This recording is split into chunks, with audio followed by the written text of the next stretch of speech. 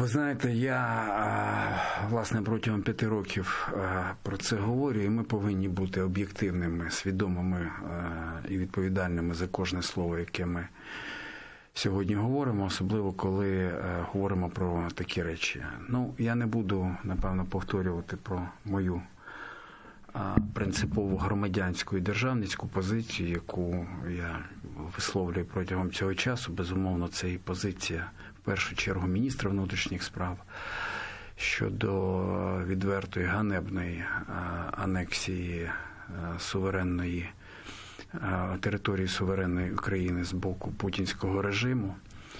І, безумовно, не хочу повертатися в дискусії про те, як і чому.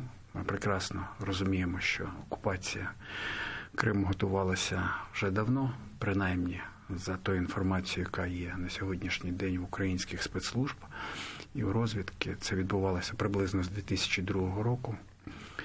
І, власне, як сам проект «Російська весна», він відбувся би з боку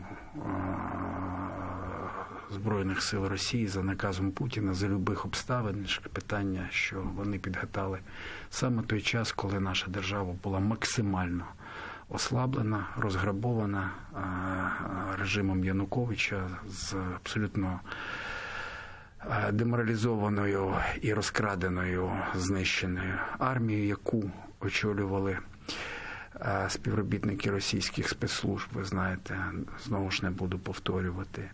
Щодо наступних подій, ну, перш за все, я глибоко переконаний, і я на цьому наголошую, що Крим обов'язково повернеться в Україну. Обов'язково.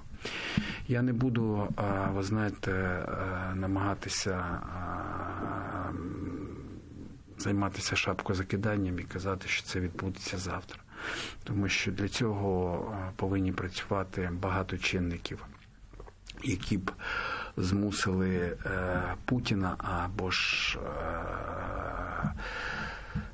нинішнє, майбутнє керівництво цього комунофашистського режиму повернути Крим. Але ми прекрасно розуміємо, що на сьогоднішній день військовий шлях малоймовірний. Якщо говорити відверто, то неймовірний, тому що ми прекрасно собі усвідомлюємо його наслідки. І про це також потрібно говорити чесно і відверто. Сьогодні Росія перетворена на найсучаснішу військову базу Російської Федерації. Ви знаєте, зараз там вже близько 50 тисяч контингент російських військ, причому вони напічкують його і новітніми ракетними системами залпового вогню. Ви знаєте, що С-400 недавно розмістили в Криму.